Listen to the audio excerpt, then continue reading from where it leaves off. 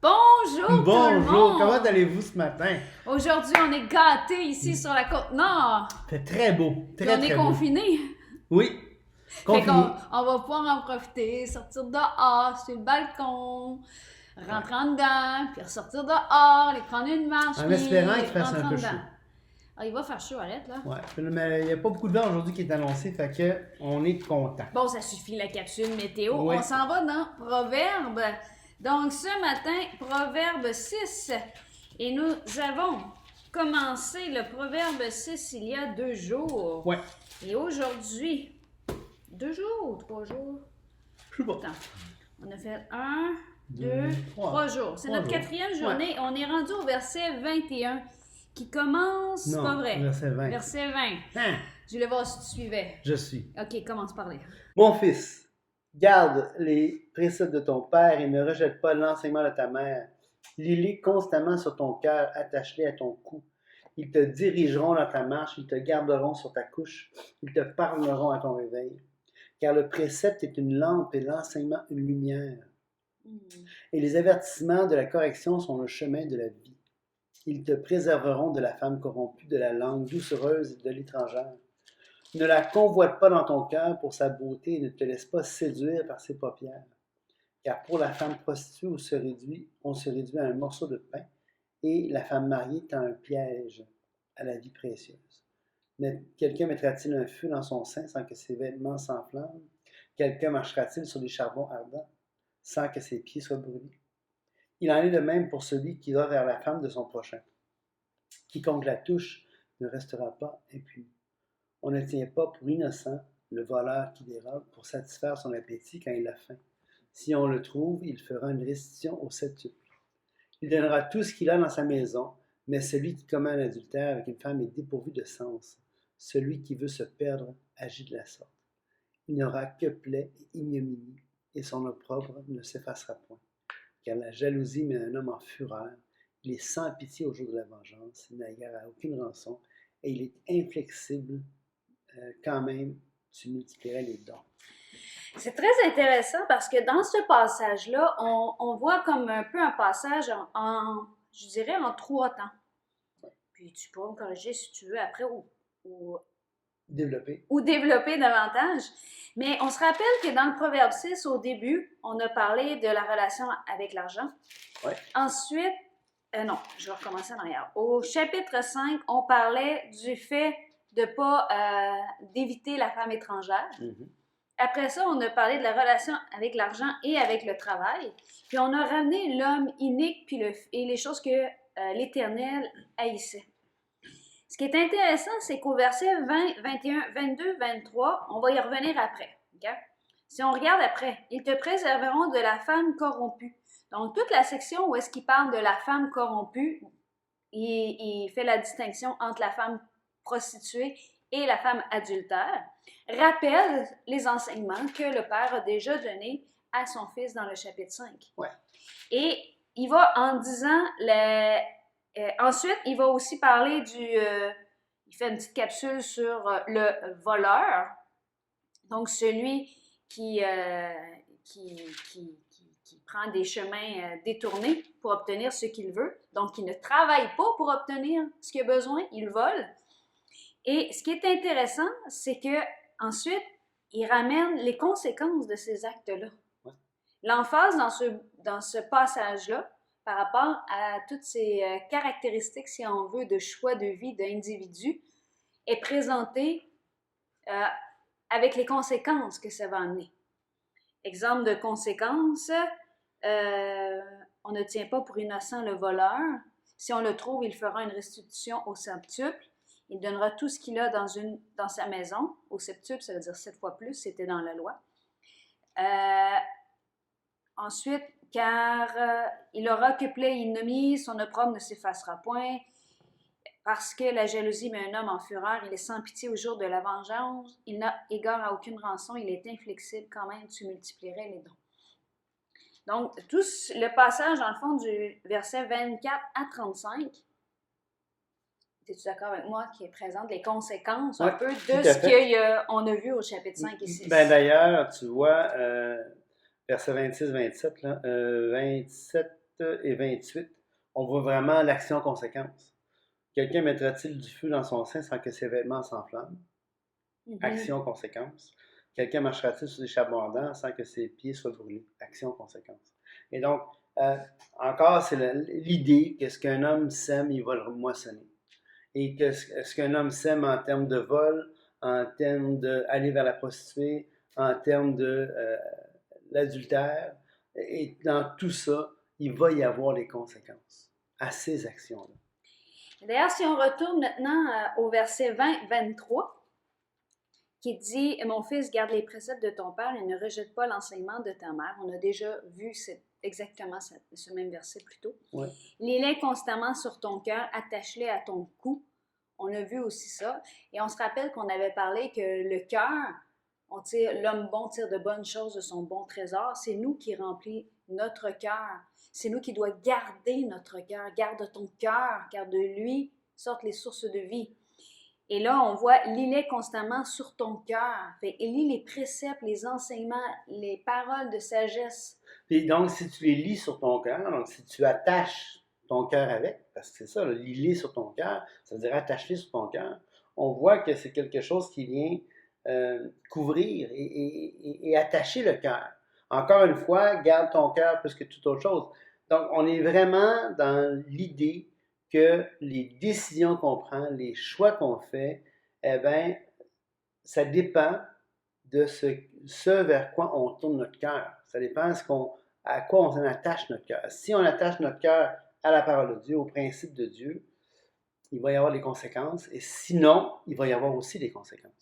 Puis une des conséquences de cette action-là, d'avoir lié ces enseignements-là à notre cœur, de les avoir attachés à notre cou, quelque chose de précieux, ils te dirigeront dans ta marche. Ils te garderont sur ta couche. Ils te parleront à ton réveil. Puis ça, c'est intéressant parce que, vous savez, aucun ensemble de commandements peut gérer la vie dans son ensemble. Ce que je veux dire par là, ça veut dire que la carte qui est dressée par un ensemble de lois, okay, donc ce que l'ensemble de lois représente, ça ne correspondra jamais à la multitude des événements, des choix, des décisions qu'on doit prendre dans la réalité. Okay? Par contre, quand on comprend les principes, quand on comprend l'idée, les préceptes, ce que ça l'enseigne, la sagesse que ça procure, là, on était capable de faire des applications sages, raisonnées, réfléchies, pour que notre marche reflète la parole et qu'elle soit agréable à Dieu. Et donc, en liant les préceptes à mon cœur, en comprenant, en cherchant la sagesse, ça veut dire comment, étant donné là, que l'ensemble de règlements, et dans la loi, il y en avait 613, c'était quand même énorme. Ce n'est pas les 613 qui s'appliquaient à tout le monde, parce qu'évidemment, il y a des lois qui s'appliquaient aux femmes, des lois qui s'appliquaient aux hommes, des lois qui s'appliquaient aux Lévites, des lois qui s'appliquaient aux fils d'Aaron. Il y avait toutes sortes de lois. Okay? Par contre, ce qui s'appliquait à chaque personne, ben chaque personne devait vivre avec ça. De plus. Mais ça, là, ça ne correspond pas à la réalité. La réalité, là, on a des multitudes de décisions à faire instant après instant, moment après moment. Et donc, ce qui va faire en sorte qu'on va marcher correctement, ben, c'est la sagesse. C'est pour ça. Le début de la sagesse, c'est la crainte de l'Éternel. Écoute, crains Dieu, là. Apprends à avoir ce respect pour Dieu. Tu vas développer de la sagesse. Pourquoi? Parce que chaque décision va être en fonction que hey, l'Éternel te regarde. Puis, ça va être informé, ça va être coloré, ça va être caractérisé par la parole de Dieu. Je parle beaucoup, je laisse parler. Ben non, c'est correct, c'est très bien. Mais quand je lis ce passage-là, ça me fait penser au passage dans Josué, chapitre 1. On va commencer au verset 5. Ça dit « Nul ne tiendra devant toi tant que tu vivras. Je serai avec toi comme j'ai été avec Moïse. Je ne te délaisserai point. Je ne t'abandonnerai point. Fortifie-toi et prends courage. C'est toi qui mettras ce peuple en possession du pays que j'ai juré à leur père de leur donner. Fortifie-toi seulement et aie bon courage, en agissant fidèlement selon toute la loi que Moïse, mon serviteur, t'a prescrite. Ne t'en détourne ni à droite, ni à gauche, afin de réussir dans tout ce que tu entreprendras. Que ce livre de la loi ne s'éloigne point de ta bouche, médite-le jour et nuit, pour agir fidèlement selon tout ce qui est écrit. Car c'est alors que tu auras du succès dans tes entreprises, c'est alors que tu réussiras. Ne t'ai-je pas donné cet ordre, fortifie-toi et prends courage. Ne t'effraie point et ne t'épouvante point, car l'Éternel, ton Dieu, est avec toi dans tout ce que tu entreprendras. Ce que je trouve magnifique dans ce passage-là, c'est le temps. Le temps auquel sont les verbes. Donc, au début, ça commence par une promesse. Puis après, ça, c'est clairement dit, fortifie-toi et prends courage. Donc, c'est une action que Josué doit prendre. Il doit choisir de se fortifier. Il doit choisir de prendre courage. Et là, ça dit, car c'est toi qui mettras ce peuple en possession. Et là, ensuite, c'est intéressant, ça dit, fortifie-toi seulement et aie bon courage. Là, on pourrait se poser la question, ouais, mais tu sais, comment on fait pour se fortifier, tu sais, quand tu as la chienne ou quand tu te sens faible, comment tu fais pour te fortifier? Bien, en agissant fidèlement selon toute la loi que Moïse t'a prescrite. Ne t'en détourne ni à droite ni à gauche. Que ce livre de la loi ne s'éloigne point de ta bouche. Médite-le jour et nuit pour agir fidèlement selon ce qui est écrit, car c'est alors que tu auras du succès dans tes entreprises. C'est-tu pas magnifique? La recette pour se fortifier, pour avoir du courage, c'est d'étudier la parole de Dieu. C'est de la méditer. C'est d'en faire de l'attacher à notre cœur, de le lier à notre cou. C'est pour ça que je disais que le passage, et non, ce n'était pas dans la marge. Okay? C'est pour ça que je disais que le passage de Proverbes 6, 20 à 23 me faisait beaucoup penser à cet encouragement-là qui a été donné à Josué. Directement par qui? Par l'Éternel. Parce que c'est l'Éternel qui a dit à Moïse tout ceci, à Josué. C'est l'Éternel qui a dit, hey, fortifie-toi, prends courage, que ce livre ne s'éloigne point. Médite-le, plonge-toi dedans. Ce qui est intéressant dans tout ça, je pense, dans ce que tu dis, puis dans le contexte du Proverbe 6, c'est que le verset 22, ça dit, il parle des préceptes, il dit, ils te dirigeront dans ta marche. Hein? Et ce qui est intéressant dans ça, c'est que des fois, on a tendance à penser, tu sais, quand ça dit l'Éternel dirige les pas, là, on a tendance à penser que l'Éternel est là, que Dieu est là avec une télécommande, puis qu'il dirige nos pas, tu sais, marche là, tu sais, comme si Dieu était en train de jouer dans un énorme jeu vidéo, parce qu'il y avait tout le monde sur Terre qui... on est des avatars. On est des avatars de... Non, tu sais, non. Non, les préceptes dirigent mes pas, pourquoi? Parce que je porte attention à ce qu'ils disent. Puis c'est une lumière sur mon sentier, et je prends mes décisions en fonction de ce qu'ils me disent. C'est comme quand on est en voiture, puis que Julie me dit « tourne à droite », puis que j'écoute ce qu'elle me dit. Règle générale, elle a... Tourne à gauche. Hey! Puis si je tourne à gauche, je n'ai pas marché, je n'ai pas été dirigé par ses paroles. Et comme elle a le meilleur sens d'orientation en voiture que moi, souvent je me trompe. Je suis sûr pourtant, je suis sûr que c'était à gauche que je tourner. Sauf à Montréal. Non, à Montréal, ça va. À Montréal, moi, Mais ça pour dire que quand je suis attentif à ses paroles, quand elle me dirige, ben des fois, ici à cette île, quand elle me dit tourne à gauche, finalement... on laisse faire, pas so souvent, vas-y. Non, mais c'est ça. Voyez-vous comment est-ce que c'est important de comprendre la part qu'on a à jouer et la part que la sagesse a à jouer dans notre marche. Et c'est intéressant parce qu'on pourrait penser aussi qu'avec tout ce qu'on dit, que ben on se lève le matin puis ouf. L'insensé périt dans sa colère, le fou meurt dans ses emportements.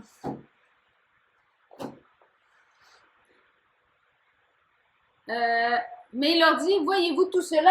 Je vous l'ai dit en vérité, il ne restera pas ici pierre sur pierre qui ne soit renversée. Quand on dit de prendre la parole, puis de se l'imbiber, puis de trouver qu'elle va être une lumière, puis qu'elle va diriger, c'est pas non plus un jeu du hasard. Non, c'est ça. Et c'est vrai, quand on dit, quelqu'un pourrait dire, oui, mais Julie et Patrice, tu sais, il n'est pas écrit la réponse à ma situation. C'est Tu as vrai. tout à fait raison. Il n'est pas écrit la réponse à ta situation particulière. Par contre, on a le Saint-Esprit qui vient en nous. Et si tu t'imbibes de la parole, si tu la lis sur ton cœur, tu l'attaches à ton cou, si tu la lis de façon à aller chercher les instructions de sagesse qu'elle contient, si tu tends ton oreille, Dieu est fidèle. Ouais. C'est comme si, tu sais, on a le Saint-Esprit, comme Julie disait, mais aussi Dieu nous a donné un cerveau pour la réflexion, pour réfléchir, pour être attentif, pour penser, pour voir plus loin que le bout de son nez, pour pas juste être dans un état de réactivité face à l'environnement. Tu sais, j'ai pas à me laisser diriger par mon environnement. Je suis pas un ver de terre un ver de terre qui va suivre le gradient d'humidité pour se diriger. Tu sais, il va aller vers cet humide, puis après ça, il va aller vers. Tu sais, non, j'ai pas à me laisser diriger par. Petite pause, on est tous contents en ce moment d'avoir appris que le ver de terre se dirige selon le taux d'humidité du sol. Le Voyez? gradient d'humidité. Gradient, on y allait avec le taux, c'est correct, non? Êtes-vous heureux ce matin? Une information à ne pas manquer. Mais c'est ça, on n'est pas à la merci de notre environnement. Hein? On est des êtres qui sont des agents, des gens qui sont capables de réfléchir, de méditer, de délibérer, de prendre en compte les informations qu'ils nous ont présentées et d'arriver à des conclusions et prendre des décisions. C'est extraordinaire quand on réalise qu'à la fois, on a la capacité de prendre des décisions qui sont sages en s'accompagnant de la parole et qu'en plus, on est le temps du Saint-Esprit. Ben oui, c'est ça. Et que le Seigneur est intéressé à une vraie relation avec chacun d'entre nous. Et que son but, c'est notre croissance, c'est notre maturité, c'est de nous rendre parfaits. Exactement. Des hommes faits. Et des femmes. Et des femmes faits. Ouais, je vais vous donner un nom. Pas de danger pour ça. Donc, c'est vraiment fascinant de voir ça, qu'on est des gens qui sont complexes. Hein? On ne peut pas juste dire, ah ben, essayer de réduire tout le monde à rien. Tout à fait. Et on pourrait terminer aujourd'hui en relisant le psaume 119, verset 105. Qui clôture bien le dernier verset dans Proverbes, ben pas le dernier verset du chapitre, mais le dernier verset de la section 20 à 23, car le précepte est une lampe et l'enseignement une lumière. Dans le psaume 119, verset 105, ta parole est une lampe à mes pieds et une lumière sur mon sentier. Je jure et je le tiendrai d'observer les lois de ta justice.